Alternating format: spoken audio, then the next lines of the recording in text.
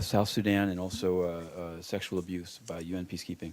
In South Sudan, the virtually all media there, the Union of Journalists of South Sudan and the Association for Media Development in South Sudan have agreed to a media blackout in mourning and as a protest of the murder of the journalist Peter Julius Moy.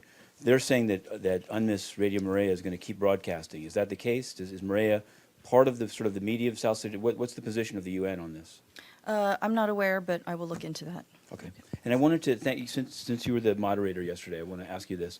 There was, first, there were, there were several of them. That's why I'm asking. Inconsistencies between what Ms. Corner said and the response to question sheet that went out, including just some incidents that didn't appear. For example, No, we've seen, and Yeah. and I asked the very same question, and what our colleagues at DPKO tell us is that the incidents are the same. Nothing, there are no, it's the same number of incidents listed. Oh, sorry, the sheet that we originally gave you, I think, had something like 9 or something, but that didn't include the incidents that we've told you about that took place in PK5 and in Bambari this month, as well as a previous incident in 2014. But the rest are all the same. But the reason that, and I guess maybe you can ask them this again. The problem was that the sheet as handed out on the 19th said that the incident from December was still, investigation is still ongoing, and then she said it's closed. So did it get closed in one day, or was and the other one is that she described an incident in March, but it didn't seem to be any listed in March on the sheet. So this is why I have these concerns. Right, no, and my understanding is,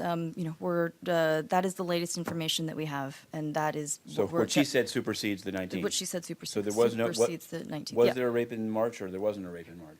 That's the problem that I have, is that there's some. We're going to go with Okay. we're going to go with her sheet yesterday. Okay. All right, and the more substantive part of it is that I hadn't realized it until she said it as part of a response yesterday, but that there's 10 days for a member state to say that they're going to do something, and then the UN gives them 6 months to name a national investigative officer.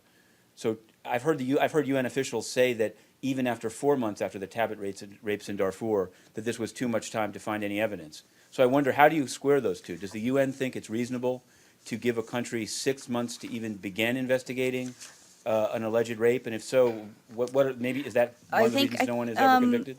Well, first of all, that's not true. People have been, I think dozens of people have actually been convicted in their national courts. I don't have the exact number. But what she mentioned yesterday was that, even if, even in that time where we're waiting to hear back from governments, whether it be whether to get their initial response or whether they appoint a national investigator, I believe what she said was that they do their best to preserve the evidence. Because they do look into every case to ensure, to look into the credibility of these cases. So she did say, I'm just looking at what she said yesterday, but that they do their best to act quickly and preserve the evidence, which provides the basis for conviction and punishment to perpetrators. Let me get back to you. I have some other questions, but I guess what I wanted to ask about this is, what is the UN's rationale for giving 6 months between a state saying, yes, we will investigate, and even naming a national investigative, person, an official? Why does that take 6 months? Because it seems almost inevitable, whatever you've just said about preserving evidence, that people move away, people are displaced. Like in CAR, 6 months later, you're probably not going to, some of the witnesses are not going to be there. I mean, what's the purpose of the 6 months? I hear your question. That's a policy that, that's a UN policy. But as I'm sure you've seen in the Secretary General's address to the Security Council last week, he himself has said that he would like to improve these mechanisms. So let's see what happens. Okay. There's a report of a letter from the Palestinian Bar Association to the Secretary General about a hunger striker still in detention. And I wanted to know, one, can you confirm that that's received? And two, there was a letter that Vanina confirmed receipt of, but I wanted to ask from the interns, from the 2 associations of interns in Geneva. It's a separate letter. She said that it was printed out for the Secretary General, so that was 2 days ago. What's his response? Is he going to actually meet with these groups of unpaid UN interns who say that the way it's organized prevents lower-income people from doing it? On the first letter, I would need to check. Sorry, this is the first time hearing about it. And of the interns, he meets interns, all of the interns, every year. So it's not to say that he doesn't meet them, and he's definitely aware of their concerns. Any sort of payment of interns is ultimately a decision of the General Assembly. So we'll have to see if they take any actions on that. But he's definitely aware. Does anybody else But have any questions? I just I have one other question, but I just want to, they obviously know that, but they wrote to him because they said, and I think it came up in this room before, if he believes that it's a problem that the UN system is less than accessible to other than the most affluent people to work in those internships, there are obviously issues that he raises to the General Assembly, like such as the one of name and shame.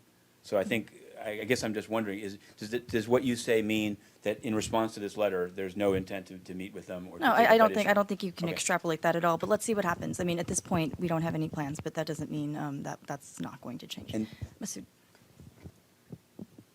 Yep, okay, And one finally, more. This is related to that question, and it's something that, Yep. that either maybe you'll have or can get. Le Temps in Switzerland has written that at the same time of this issue of non-payment of interns that want to come from the developing world, that there is a proposal afoot to give substantial raises to the high, D1 and above. Is that true? And how does the Secretary General explain that? We've seen the same reports, and we don't have any confirmation of what's going to happen to these salaries. So let's see what happens. But does he Yeah. support increased payment of top officials? That's a matter for the General Assembly. So that's outside of our purview, but we're aware. Okay, Matthew. Let's talk about UMOJA and then Burundi. Okay. I know earlier this week I'd asked you about the UMOJA Chief Mr. Baumann leaving immediately. What was the explanation of that? My understanding is he has not yet left yet, but we're still checking, and we'll need to get back to you on that. Okay, and on Burundi, it's tomorrow is the funeral of a general that was assassinated. Many people are saying it could be a very dangerous time, given the youth wing of the ruling party, et cetera. Is it true that the UN has told its personnel in Burundi not to go downtown tomorrow? And two, where does it stand on the envoy that was said to be imminent some 10 days ago? On security arrangements, yes, we can't talk about that. But on any potential envoy from the UN side, we remain in close contact with the Burundian authorities, Security Council members, as well as regional and sub-regional organizations to ensure that the best possible support will be provided to the political dialogue process in Burundi.